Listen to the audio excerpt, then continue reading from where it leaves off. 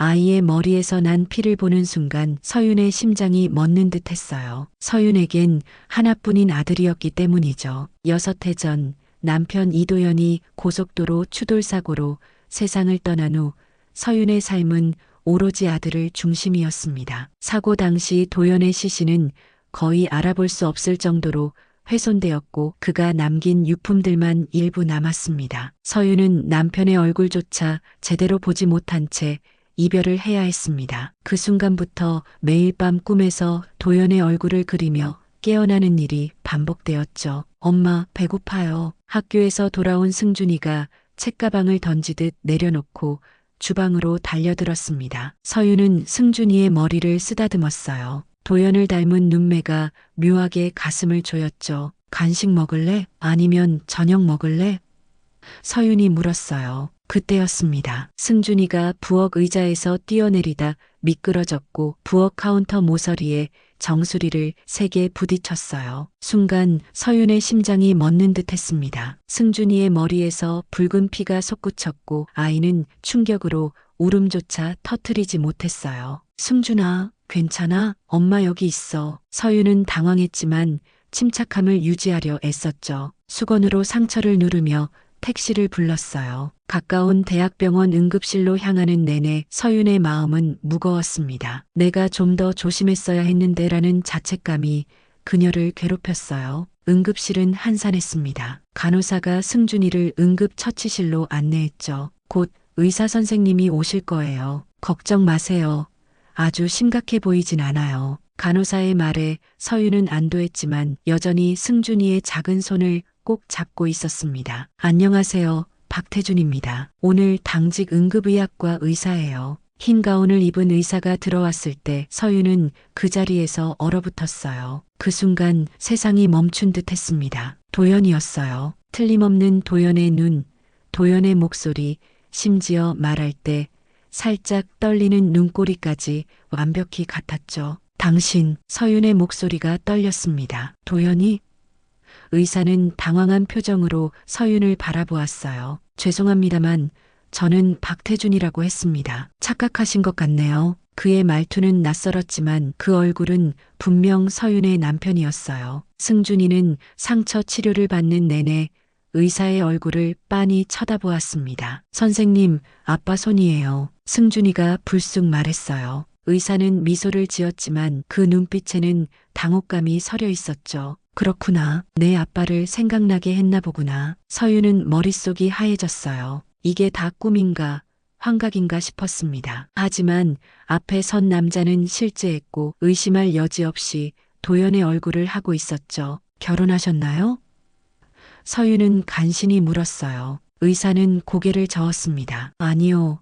결혼한 적 없습니다. 왜 물으시는 거죠? 서윤은 자신의 직감이 틀리지 않았다고 확신했어요. 이건 우연이 아니었습니다. 도연이 살아있다는 사실, 그리고 그가 자신을 전혀 알아보지 못한다는 사실이 충격을 주었죠. 서윤은 이 이상한 재회가 무엇을 의미하는지 이해할 수 없었지만 한 가지는 분명했어요. 진실을 찾아야 한다는 것. 6해 동안 그녀가 믿었던 모든 것이 거짓일지도 모른다는 생각에 심장이 격렬하게 뛰었습니다. 이튿날 서윤은 승준이를 어린이집에 맡기고 곧장 경찰서로 향했습니다. 도연의 사고 기록을 다시 확인하겠다는 일념 하나로 말이죠. 6해 전의 기록을 찾는 것은 쉽지 않았어요. 민원실에서 기다려주세요. 보관 문서를 찾아봐야 합니다. 담당 경찰이 말했습니다. 서윤은 초조하게 기다렸어요. 손가락이 떨려 차가운 손바닥으로 자꾸 비볐습니다. 1시간쯤 지났을까 경찰이 서류 한 묶음을 들고 나타났어요. 사고 당시 보고서와 검시 결과입니다. 그가 말했죠. 서윤의 시선은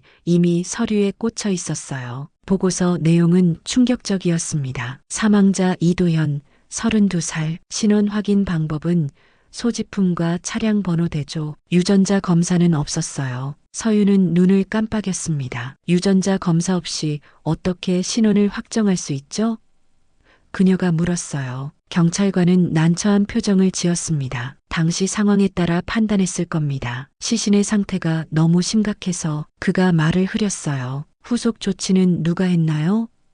서윤이 다시 물었습니다. 경찰은 기록을 살폈어요. 유가족, 이도현 씨의 부모님이요. 서윤의 머릿속에 기억의 조각들이 맞춰지기 시작했습니다. 시댁의 갑작스러운 등장, 장례식을 서둘러 치르자는 제안, 화장을 고집했던 이유, 그리고 그 후의 연락 두절, 모든 것이 이상했어요. 서윤은 갑자기 과거의 기억들이 쏟아지는 것을 느꼈습니다. 도연과의 첫 만남은 대학 동아리 모임이었죠. 서윤은 지방국립대 국문과 학생, 도연은 서울대 의대생이었어요. 두 사람의 연애는 시작부터 험난했습니다. 도연의 부모님은 대를 이어온 의료재단 가문의 일원이었고 아들이 지방 출신 평범한 여학생과 사귀는 것을 마땅치 않게 여겼죠. 의사 며느리가 돼야 한다는 말이 얼마나 자주 도연의 귀에 들려왔을까요? 그럼에도 불구하고 그들의 사랑은 깊어졌습니다. 혼전 임신으로 결혼을 발표했을 때 시부모의 반응은 차가웠어요. 넌 우리 가문의 망신이다. 시아버지의 분노 어린 말은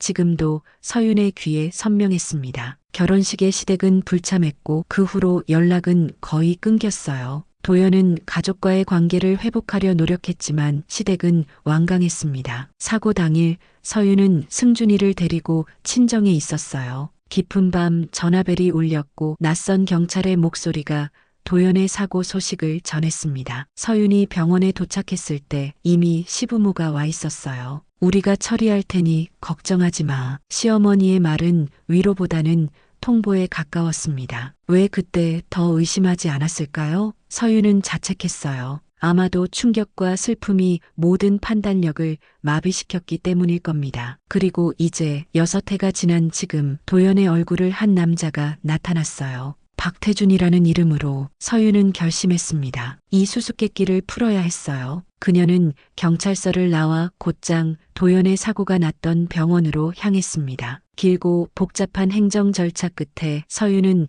사고 당시 의무 기록을 확인할 수 있었어요. 기록에는 무연고자로 분류된 환자가 있었습니다. 의식불명으로 실려온 남성, 신원미상, 그리고 놀랍게도 같은 날 입원했다가 사망한 것으로 기록되어 있었어요. 서윤의 가슴이 쿵쾅거렸습니다. 이것이 진실일까요? 도연이 의식불명으로 병원에 실려왔고 시댁이 그를 사망으로 위장했다. 하지만 그렇다면 박태준은 어떻게 설명해야 할까요? 그리고 왜 시댁은 그런 극단적인 선택을 했을까요? 서윤은 박태준을 다시 만나야 했습니다. 그의 기억, 그의 과거, 그가 누구인지 확인해야 했어요. 서윤은 병원 디렉토리에서 그의 연락처를 찾아냈고 떨리는 마음으로 메시지를 남겼습니다. 박태준 선생님, 저는 이승준 어머니입니다. 꼭 드릴 말씀이 있어요. 시간 좀 내주실 수 있을까요? 대답은 오래 걸리지 않았습니다. 내일 오후 4시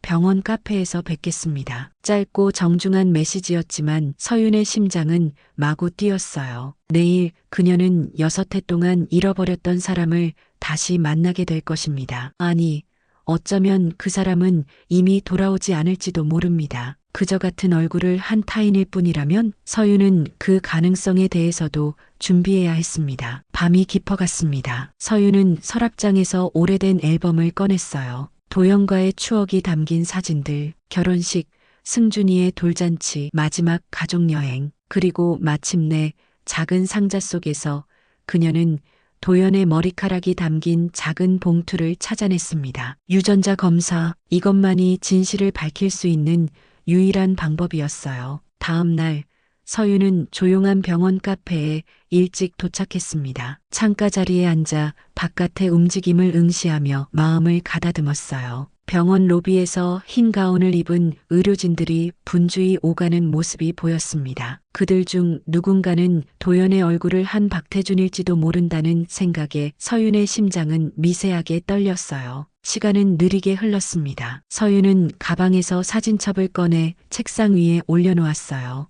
그녀의 손가락이 사진 표면을 따라 부드럽게 움직였습니다. 도연의 미소, 그와 함께했던 일상의 편린들이 그녀의 의식 속으로 밀려들었어요. 진실을 마주할 준비가 되었을까요? 아직 확신할 수 없었지만 멈출 수는 없었습니다. 김서윤 씨?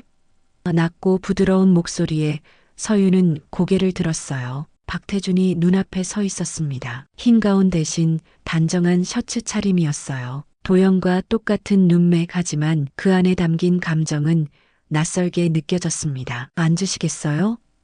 서윤이 맞은편 의자를 가리켰어요. 태준은 조용히 자리에 앉았습니다. 승준이는 어떤가요? 상처는 괜찮아졌나요?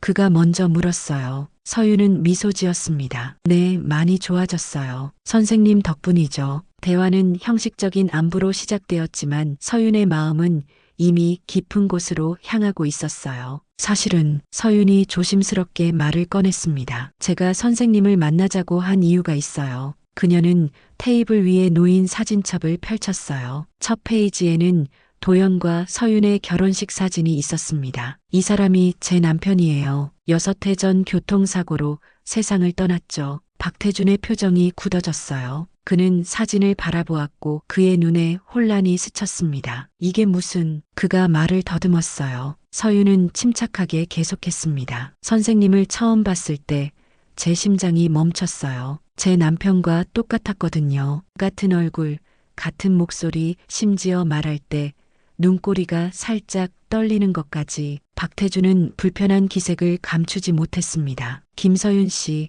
저는 이해합니다. 사랑하는 사람을 잃고 비슷한 사람을 보면 그렇게 느끼실 수 있어요. 하지만 서윤은 그의 말을 부드럽게 가로막았어요. 제가 미친 것 같죠? 저도 그런 생각을 했어요. 하지만 제 아들도 알아봤습니다. 그리고 무엇보다 서윤은 사고 기록과 병원 서류들을 꺼냈습니다. 남편의 사망 기록에 유전자 검사가 없었어요. 신원 확인은 소지품과 차량 번호로만 이루어졌죠. 그리고 같은 날 이 병원에 신원 미상의 환자가 실려왔어요. 의식불명 상태로요. 그녀의 목소리는 떨리지 않았습니다. 확신에 찬 또렷한 음성이었어요. 박태준은 창백한 얼굴로 서류를 바라보았습니다. 이게 저와 무슨 상관이? 그가 물었지만 그의 눈빛은 이미 무언가 알고 있음을 드러내고 있었어요. 서윤은 그의 눈을 똑바로 바라보았습니다. 선생님의 과거에 대해 알고 싶어요. 언제부터 여기서 일하셨나요? 가족은 어디 계신가요? 박태준은 잠시 침묵했습니다. 그리고 천천히 입을 열었어요.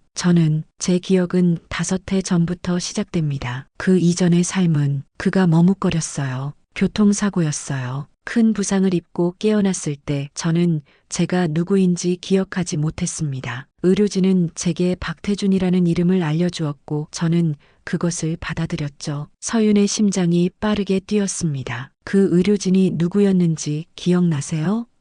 박태준은 고개를 저었어요. 의학재단 이사장님이 저를 특별히 돌봐주셨습니다. 제게 새 삶을 주셨죠. 저는 그분께 감사할 뿐이에요. 의학재단 이사장. 서윤의 머릿속에서 퍼즐 조각이 맞춰지기 시작했어요. 도연의 아버지 이성준 재단 이사장. 모든 것이 연결되었습니다. 서윤은 마지막 카드를 꺼냈어요. 이 사진 속 아이가 보이시나요? 우리 아들이에요. 승준이. 박태준은 사진을 응시했고 그의 눈에 갑자기 이상한 빛이 스쳤습니다. 심장이 쿵 내려앉는 듯한 침묵이 흘렀어요. 저 이상해요. 그가 중얼거렸습니다. 이 아이를 보니 가슴이 아파요. 왜 그런지 모르겠어요. 기억이 아니어도 감정은 남아요. 서윤이 부드럽게 말했습니다. 우리의 몸은 기억합니다. 가슴은 기억하죠. 그녀는 손을 뻗어 박태준의 손을 잡으려 했지만 그가 급히 물러섰어요. 죄송합니다. 저는 이해할 수 없어요. 가봐야 할 것 같습니다. 박태준은 서둘러 자리에서 일어났습니다. 카페를 나가는 그의 뒷모습이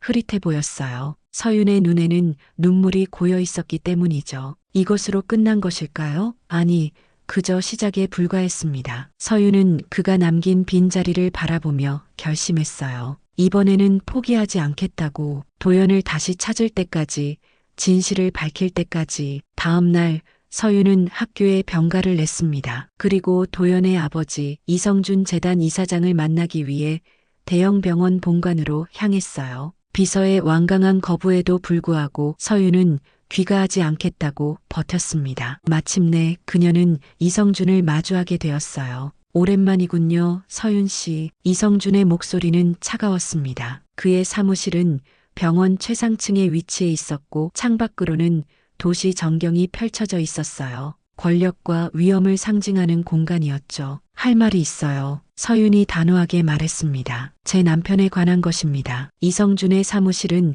권위와 냉정함이 공존하는 공간이었습니다. 창밖으로 펼쳐진 도시의 전경은 그의 영향력이 얼마나 넓게 뻗어 있는지 상징하는 듯 했어요. 서윤은 이성준의 차가운 눈빛 앞에서도 흔들리지 않았습니다. 6해 동안 묻어두었던 의문과 분노가 그녀의 내면에서 솟구쳤죠. 박태준이라는 이름으로 살고 있는 사람이 제 남편 이도현이라는 걸 알고 있죠?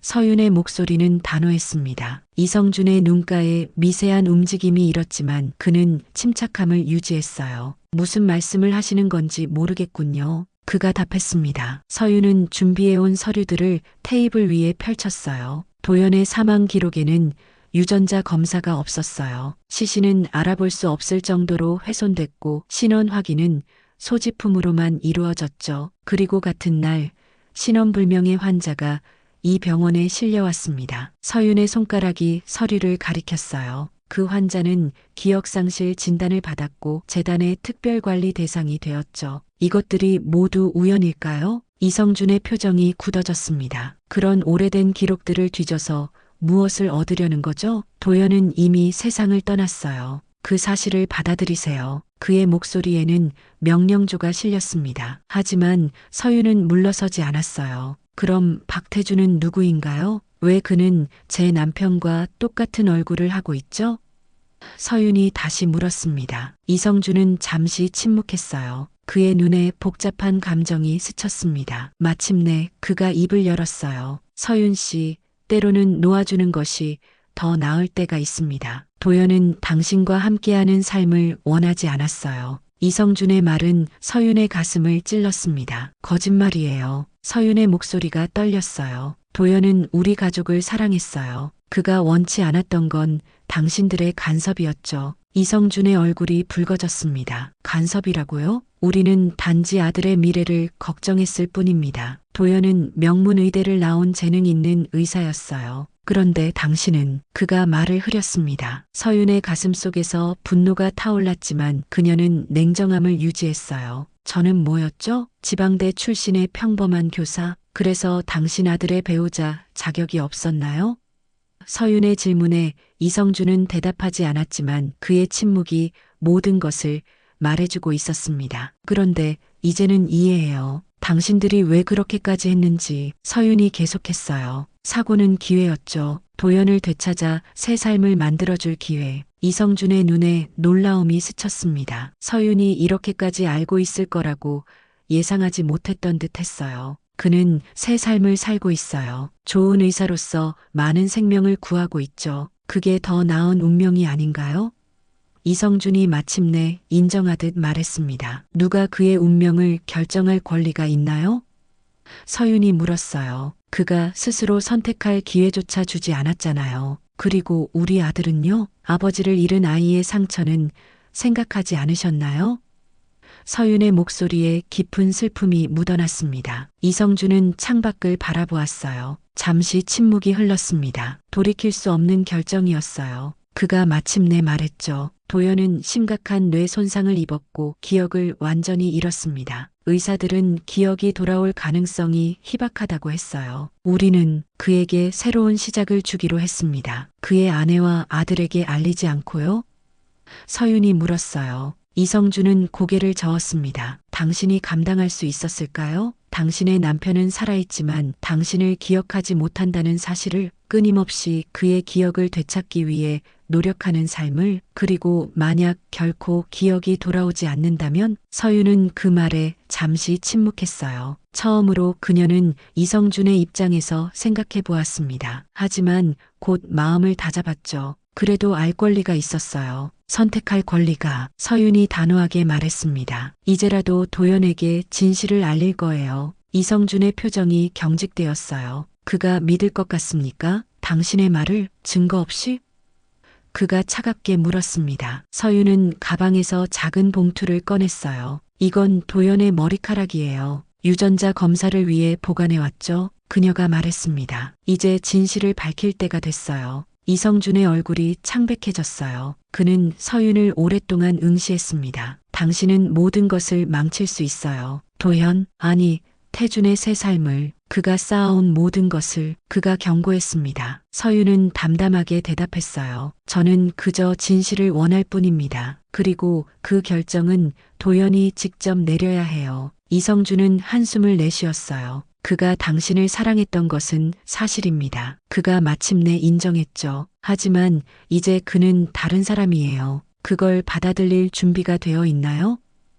서윤의 눈에 결의가 빛났습니다. 저는 단지 그가 자신이 누구인지 알 권리가 있다고 생각해요. 그 후의 선택은 그의 몫이죠. 서윤은 자리에서 일어났습니다. 이성준과의 대화는 이제 충분했어요. 그녀는 진실을 위한 첫걸음을 내디뎠습니다. 하지만 이것은 시작에 불과했죠. 가장 중요한 대화, 도영과의 진실된 만남이 아직 남아 있었습니다. 사무실을 나서며 서윤은 마음을 다잡았어요. 6해 동안 갇혀있던 진실이 마침내 빛을 보게 될 것입니다. 그 과정이 고통스럽고 험난할지라도 그녀는 물러서지 않을 것이었죠. 이것은 단순한 남편 찾기가 아니었습니다. 서윤에게는 가족의 온전함을 되찾기 위한, 그리고 무엇보다 도연 자신의 정체성을 회복시키기 위한 여정이었어요. 병원 복도를 걸으며 서윤은 창밖으로 비치는 석양을 바라보았습니다. 주황빛 햇살이 건물들 사이로 스며들어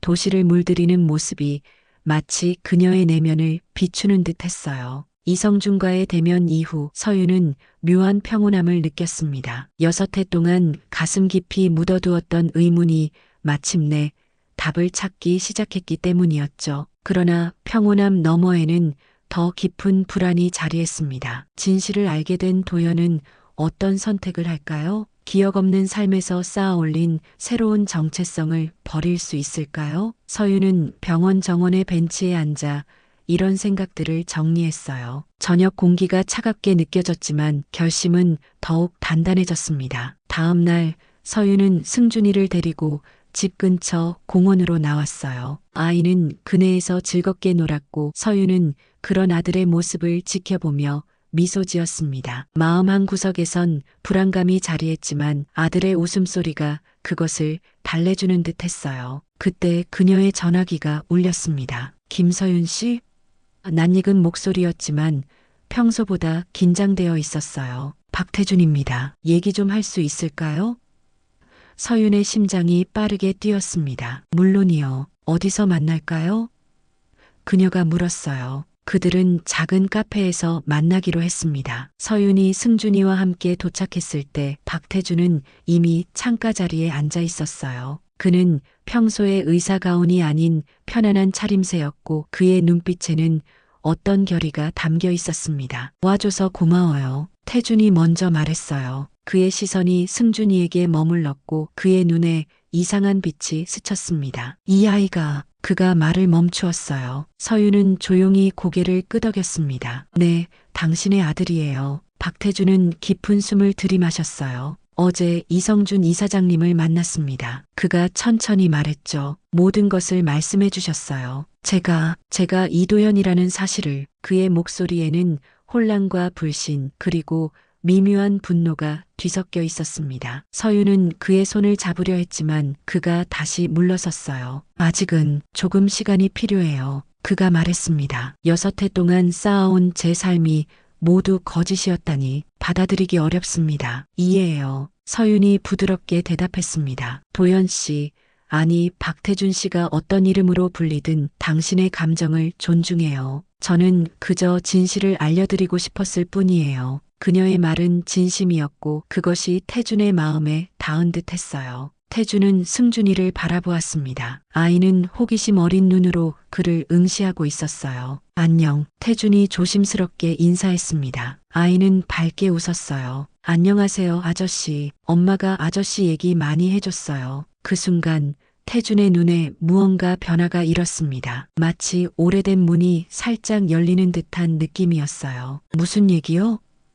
그가 물었습니다. 승준이는 천진난만하게 대답했어요. 아저씨가 저랑 엄마랑 같이 벚꽃 보러 갔던 거요. 제가 어렸을 때 태준의 눈이 커졌습니다. 벚꽃? 그가 중얼거렸어요. 뭔가 기억나는 듯한 표정이었죠. 서윤은 조용히 지켜보았습니다. 그때 승준이 주머니에서 무언가를 꺼냈어요. 작은 동화책이었습니다. 이거 읽어주세요. 아이가 책을 내밀었어요. 태주는 망설이다가 책을 받아들었습니다. 표지에는 작은 별의 여행이라는 제목이 쓰여 있었어요. 그가 책을 펼치자 첫 페이지에 손글씨가 보였습니다. 우리 아들 승준이에게 아빠가. 태준의 손이 미세하게 떨렸어요. 이 책은. 그가 말을 이었습니다. 왠지 익숙해요. 마치 제가 전에 읽어본 것 같은. 그의 목소리가 흔들렸어요. 서윤은 부드럽게 설명했습니다. 도연 씨가 매일 밤 승준이에게 읽어주던 책이에요. 잠들기 전 의식 같은 거였죠. 태주는 책의 페이지를 천천히 넘겼고 그의 눈에 눈물이 맺혔습니다. 왜 이렇게 가슴이 아픈 거죠?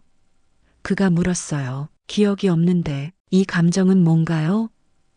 서윤은 조용히 대답했습니다. 사랑이에요. 기억은 사라져도 감정은 남는 법이니까요. 그 순간 마치 시간이 멈춘 듯 했습니다. 태주는 책을 들고 있는 손을 내려놓았고 자신도 모르게 승준이의 머리를 쓰다듬었어요. 그 손길은 자연스러웠고 오래된 습관처럼 느껴졌습니다. 아이는 그의 손길에 기대며 미소 지었어요. 더 알고 싶어요. 태준이 마침내 말했습니다. 우리가 어떤 사람들이었는지, 어떻게 살았는지. 서윤의 마음에 희망이 피어났어요. 이것은 끝이 아닌 시작이었습니다. 도연의 기억은 돌아오지 않을지도 모릅니다. 하지만 그들은 새로운 추억을 만들어갈 수 있었어요. 천천히 이야기해 드릴게요. 서윤이 말했습니다. 서두를 필요 없어요. 우리는 시간이 있으니까요. 태주는 고개를 끄덕였고 그의 눈빛에는 두려움과 기대가 공존했어요. 이것은 그에게도 새로운 여정의 시작이었습니다. 자신이 누구인지 발견해가는 여정. 그날 이후 그들은 종종 만났습니다. 처음에는 어색했지만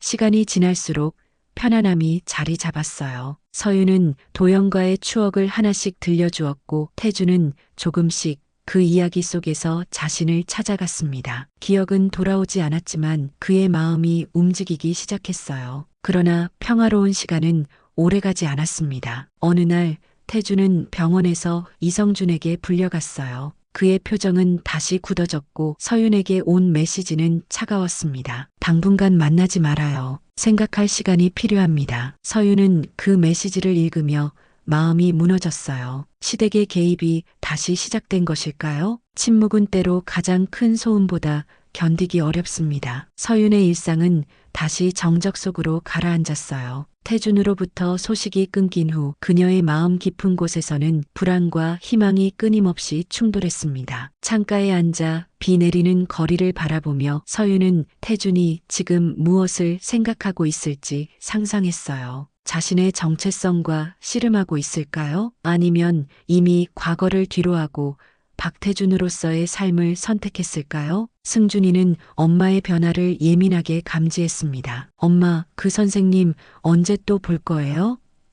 아이의 순수한 질문에 서윤은 가슴이 저렸어요. 모르겠어. 선생님이 지금 많이 바쁘신가 봐. 그녀는 아들의 눈을 마주보지 못한 채 대답했습니다. 진실은 너무 복잡했고 어린아이에게 설명하기에는 너무 무거웠어요. 그날 밤 서윤의 꿈은 혼란스러웠습니다. 도연과 함께했던 시간, 결혼식 날의 행복, 승준이가 태어났을 때의 기쁨, 그리고 갑작스러운 이별까지. 꿈과 현실이 뒤섞여 깨어난 서윤은 가슴속 결의를 다시 다졌어요. 이건 단순한 개인적 염원이 아니었습니다. 한 사람의 정체성과 가족의 온전함을 되찾는 문제였죠. 서윤은 마지막 시도를 결심했습니다. 그녀는 태준에게 간단한 편지를 썼어요. 말로 표현하기 어려운 감정들, 6해 동안 그녀가 느꼈던 상실감, 그리고 어떤 결정을 내리든 그를 이해하겠다는 마음까지. 진실된 마음을 담아 써내려간 편지였습니다. 당신이 누구든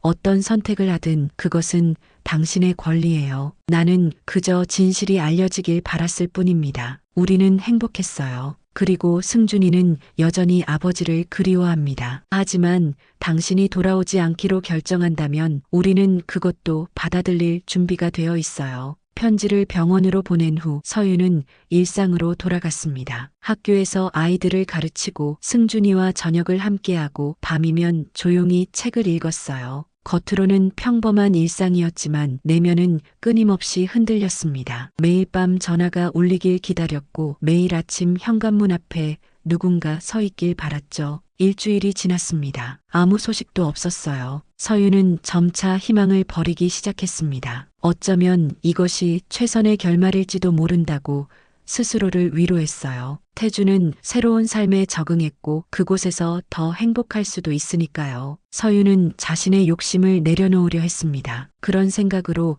무거운 마음을 안고 하루를 마치고 귀가하던 날이었어요. 버스에서 내려 아파트로 향하는 길, 서윤은 멀리서 누군가 벤치에 앉아 있는 것을 발견했습니다. 가로등 불빛 아래 그 실루엣은 묘하게 익숙했어요. 심장이 빠르게 뛰기 시작했습니다. 서윤 씨, 태준이 자리에서 일어났어요. 그의 얼굴은 지쳐 보였지만 눈빛은 이전과 달랐습니다. 더 맑고 더 결연했죠. 기다리고 있었어요. 그가 말했습니다. 서윤은 말없이 그의 앞에 섰어요. 무슨 말을 해야 할지 알 수 없었습니다. 당신의 편지를 읽었어요. 태준이 천천히 말을 이었습니다. 그리고 며칠 동안 정말 많이 생각했죠. 제가 누구인지에 대해서요. 그의 목소리에는 깊은 성찰의 흔적이 담겨 있었어요. 아직도 이도연의 기억은 없습니다. 제 머릿속에는 박태준으로서의 삶만 남아 있어요. 서윤의 마음이 무너지기 시작했습니다. 그가 결별을 고하러 왔다고 생각했어요.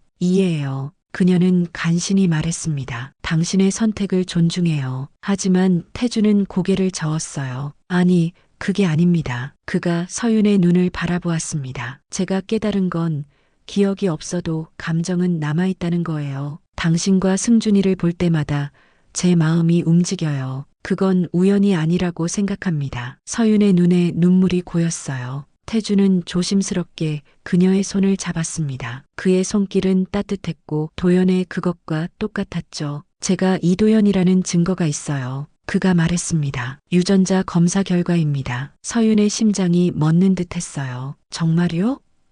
그녀가 떨리는 목소리로 물었습니다. 태준은 고개를 끄덕였어요. 당신이 보낸 머리카락과 제 DNA를 비교했습니다. 일치해요. 과학적으로 저는 이도연입니다. 숨막히는 침묵이 흘렀습니다. 그들은 가로등 아래 서서 서로를 바라보았어요. 6회의 이별과 상처, 혼란과 의심, 모든 것이 이 순간으로 수렴되는 듯 했습니다. 그래서 어떻게 할 생각이에요?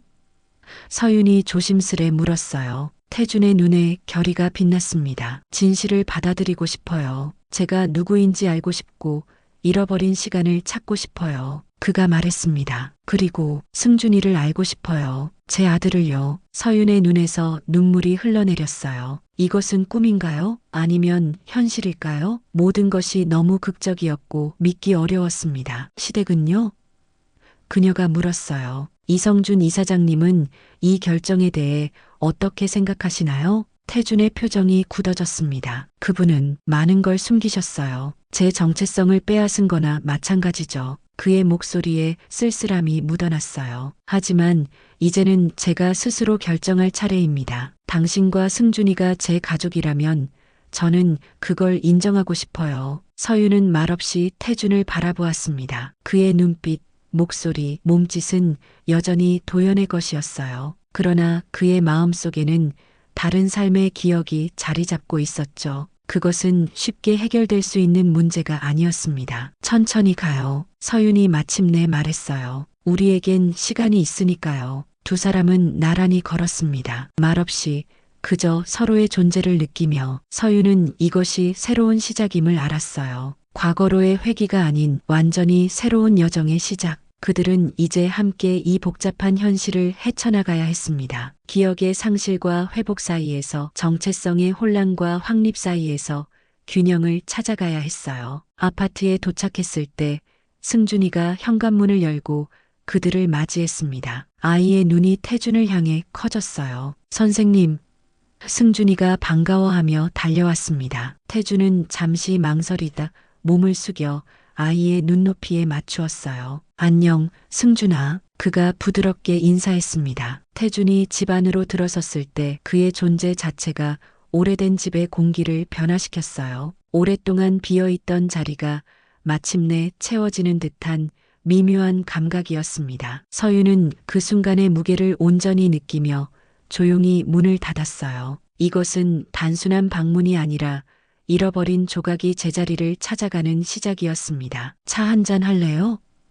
서윤이 조심스럽게 물었습니다. 태주는 고개를 끄덕였어요. 그의 눈빛에는 낯선 공간에 대한 호기심과 동시에 묘한 친숙함이 공존했습니다. 손가락으로 책장의 책들을 가볍게 훑으며 그는 무의식적으로 한 권의 책을 집어들었어요. 세르반테스의 돈키호테였습니다. 이 책, 태준이 중얼거렸어요. 서윤이 놀란 눈으로 그를 바라보았습니다. 도연 씨가 가장 좋아했던 책이에요. 그녀가 조용히 말했죠. 매일 밤 조금씩 읽곤 했어요. 태주는 책을 천천히 펼쳤습니다. 페이지 사이에 작은 메모가 끼워져 있었어요. 도연의 필체로 쓰인 생각들, 인상 깊은 구절에 대한 단상들이 빼곡했습니다. 제 글씨, 태준이 경이로운 눈빛으로 메모를 바라보았어요. 그의 손가락이 글자 위를 부드럽게 쓸었습니다. 기억은 없었지만 그의 몸은 기억하고 있었어요. 그것은 그의 손이 쓴 글씨였고 그의 마음이 담긴 생각들이었습니다. 이상한 기분이에요. 마치 다른 사람의 일기를 훔쳐보는 것 같기도 하고 동시에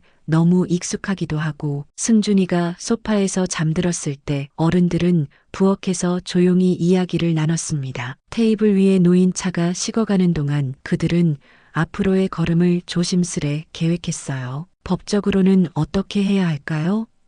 태준이 물었습니다. 제가 공식적으로 이도현으로 돌아가는 건. 그의 목소리에 망설임이 묻어났어요. 서유는 생각에 잠겼습니다. 쉽지 않을 거예요. 사망 신고가 된 사람이 다시 돌아오는 경우는 드물고 복잡한 법적 절차가 필요할 거예요. 그녀의 목소리는 차분했지만 그 안에는 깊은 결의가 담겨 있었습니다. 하지만 가능해요. 유전자 검사 결과가 있으니까요. 태준은 창밖의 어둠을 바라보았어요. 제 인생은 박태준으로서의 삶이 있어요. 의사로서의 경력, 인간관계, 그것들을 모두 버려야 할까요?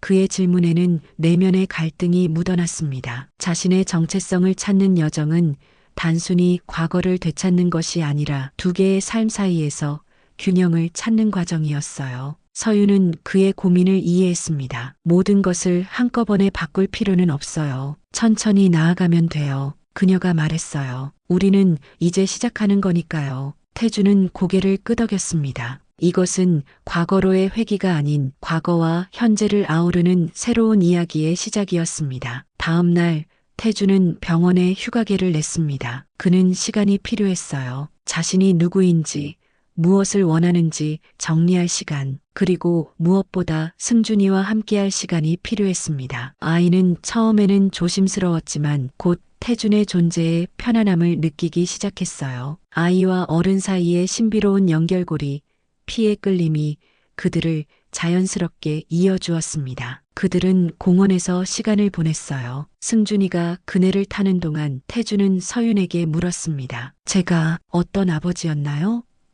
그의 목소리에는 불안과 기대가 섞여 있었어요. 서윤은 잠시 생각에 잠겼습니다. 과거의 기억들이 물결처럼 밀려왔어요. 당신은 참 따뜻한 아버지였어요. 그녀가 마침내 대답했습니다. 항상 승준이에게 책을 읽어주고 함께 놀아주고 어떤 일이 있어도 가족을 최우선으로 생각했죠. 그녀의 눈에 그리움이 어렸어요. 시댁의 반대에도 불구하고 우리 가족을 지키기 위해 최선을 다했어요. 태준의 눈빛이 깊어졌습니다. 시댁과의 관계가 좋지 않았군요. 그가 조용히 말했어요. 서유는 고개를 끄덕였습니다. 처음부터 쉽지 않았어요. 그들은 당신에게 더 적합한 배우자를 원했죠. 의사 가문 출신이나 재벌 딸 같은. 그녀의 목소리에 쓸쓸함이 묻어났어요. 그래서 제가 기억을 잃었을 때 태준이 천천히 이해하기 시작했습니다. 그들은 기회로 삼은 거군요. 저를 회수하고 그들이 원하는 삶을 살게 하기 위해. 그의 얼굴에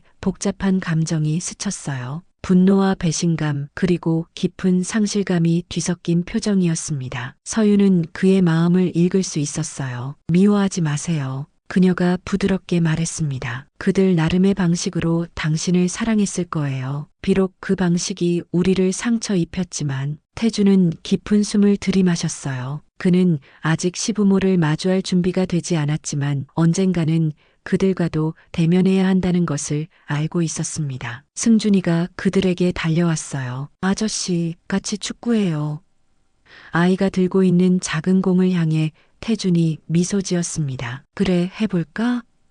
그가 대답했어요. 서윤은 그들이 함께 뛰어노는 모습을 지켜보았습니다. 마치 시간이 거꾸로 흐르는 듯한 착각이 들었어요. 6해 전 도연과 어린 승준이가 놀던 그 모습 그대로였습니다. 저녁이 되어 집으로 돌아오는 길, 태주는 결심한 듯 말했습니다. 시간이 필요해요. 모든 것을 받아들이고 조정하는데 그가 천천히 말했어요. 하지만 한 가지는 확실해요. 승준이의 아버지로 돌아가고 싶어요. 그리고 당신의 곁에 있고 싶어요. 서윤의 눈에 눈물이 맺혔습니다. 6해 동안의 기다림과 상실, 희망과 절망이 모두 이 순간을 향해 있었던 것 같았어요. 우리는 천천히 나아갈 거예요. 그녀가 말했습니다. 함께요. 집에 도착했을 때 예상치 못한 방문객이 그들을 기다리고 있었습니다. 이성준이었어요. 그의 얼굴은 창백했고 눈빛은 복잡한 감정을 담고 있었습니다. 도연아, 그가 아들을 향해 한 걸음 다가섰어요.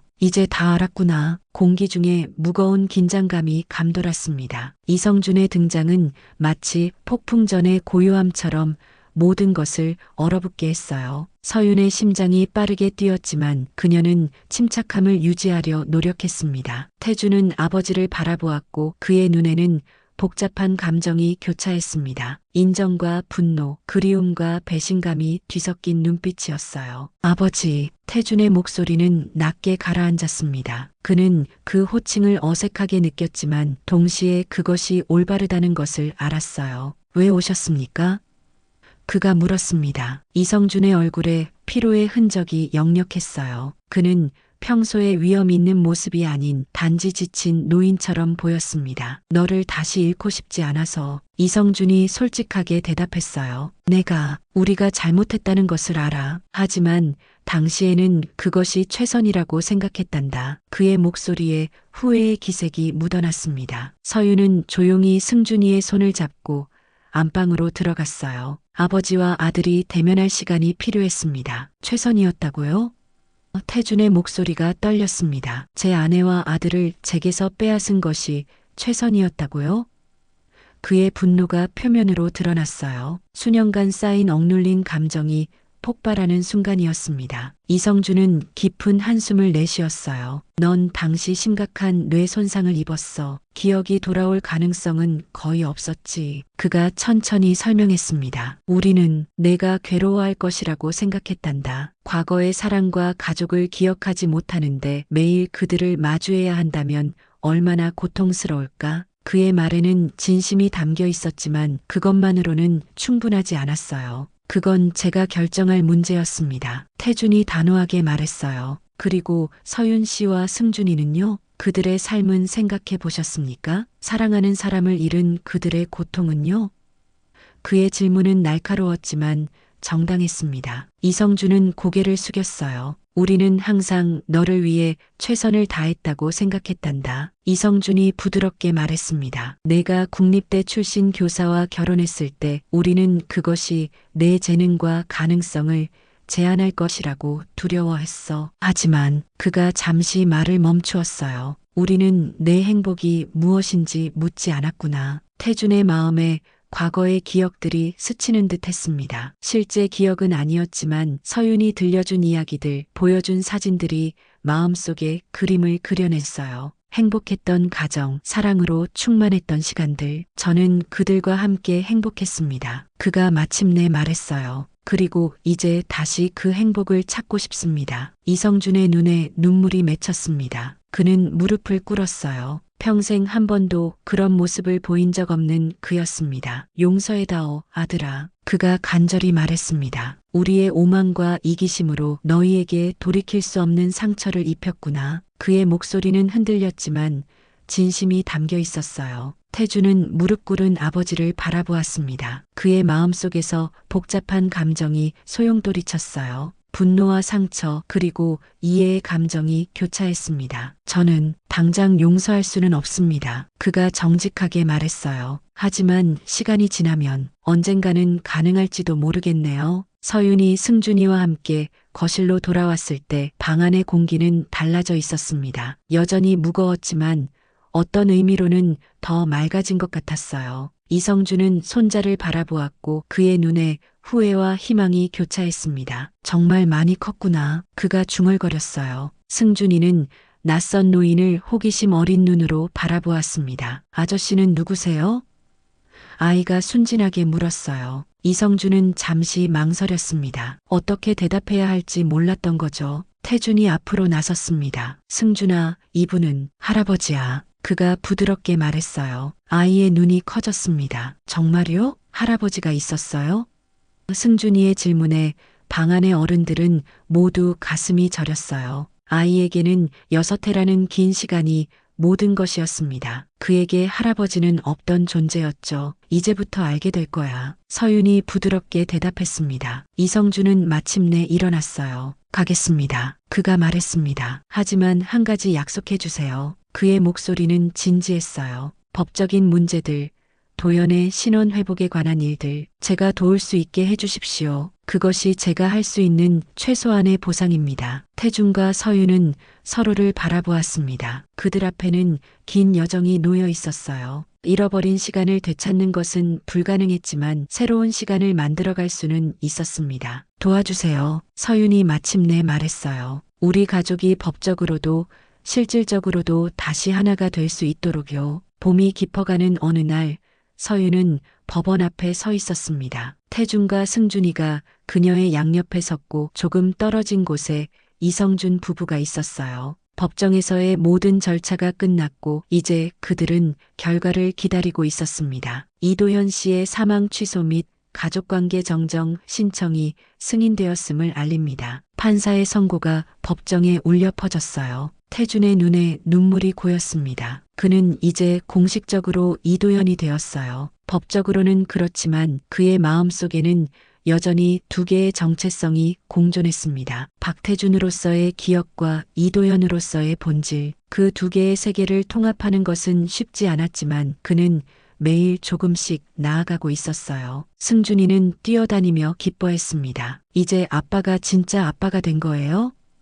아이의 순수한 질문에 어른들은 미소 지었어요. 그래, 이제 모든 사람이 알게 됐지. 서윤이 대답했습니다. 아이는 기쁨에 찬 얼굴로 도연에게 달려가 그의 목을 껴안았어요. 도연은 아들을 들어올리며 행복한 웃음을 지었습니다. 법원을 나서며 서윤은 뒤돌아보았어요. 6해 전 그녀는 사랑하는 사람을 잃고 절망에 빠졌습니다. 그리고 이제 기적같이 그를 되찾았어요. 물론 모든 것이 예전과 같지는 않았습니다. 도연은 여전히 과거의 기억을 갖고 있지 않았고 그들은 새롭게 서로를 알아가야 했어요. 하지만 그것도 괜찮았습니다. 사랑은 기억보다 더 깊은 곳에서 오니까요. 봄바람이 세 사람의 머리카락을 흩날렸습니다. 그들은 공원을 향해 걸었어요. 벚꽃이 만개한 길을 따라 천천히 걸으며 도연이 문득 발걸음을 멈추었습니다. 이 길, 그가 중얼거렸어요. 왠지 익숙해요. 서윤의 눈이 커졌습니다. 우리가 자주 걷던 길이에요. 그녀가 떨리는 목소리로 말했어요. 승준이가 2살 때부터 매년 봄이면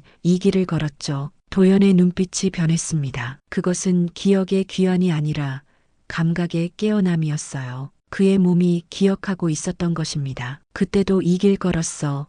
아빠랑. 승준이가 해맑게 말했습니다. 도연은 아들을 바라보며 미소 지었어요. 그는 이제 아버지로서의 역할을 받아들이고 있었습니다. 기억이 없어도 그의 마음은 알고 있었어요. 이것이 그의 자리라는 것을. 서윤은 두 사람의 모습을 바라보았습니다. 그녀의 마음에 감사함이 차올랐어요. 이 순간, 이 평화로운 시간이 얼마나 소중한지, 얼마나 기적 같은지. 사랑이 끝난 줄 알았다. 그녀가 마음속으로 생각했습니다. 하지만 그것은 사라진 게 아니라 길을 잃었던 것이다. 우리는 다시 이어졌다. 벚꽃잎이 바람에 흩날리며 세 사람 주위를 맴돌았습니다. 마치 축복을 내리는 듯한 부드러운 춤이었어요. 도연이 서윤의 손을 잡았고 다른 한 손으로는 승준이의 손을 잡았습니다. 그들은 함께 걸었어요. 과거의 상처와 미래의 불확실함 속에서도 현재의 이 순간만은 완벽했습니다. 괜찮을 거예요. 도연이 서윤에게 말했습니다. 우리가 함께라면. 그의 목소리에는 확신이 담겨 있었어요. 서윤은 고개를 끄덕였습니다. 그녀도 알고 있었어요. 이것이 끝이 아니라 시작이라는 것을. 그리고 그 여정이 때로는 힘들고 혼란스러울지라도 그들은 이제 함께였습니다. 그것만으로도 충분했어요. 우리 집에 가요. 승준이가 들뜬 목소리로 말했습니다. 이제 진짜 가족이니까. 아이의 순수한 말에 어른들의 눈시울이 붉어졌어요. 그래, 그들은 이제 진짜 가족이었습니다. 잃어버렸던 조각들이 마침내 제자리를 찾은 온전한 가족. 길 끝에 보이는 노을이 세 사람의 실루엣을 따뜻하게 감쌌습니다. 새로운 이야기가 시작되고 있었어요. 기억은 사라져도 사랑은 남는다는, 잃어버린 사람들이 다시 이어질 수 있다는 희망의 이야기.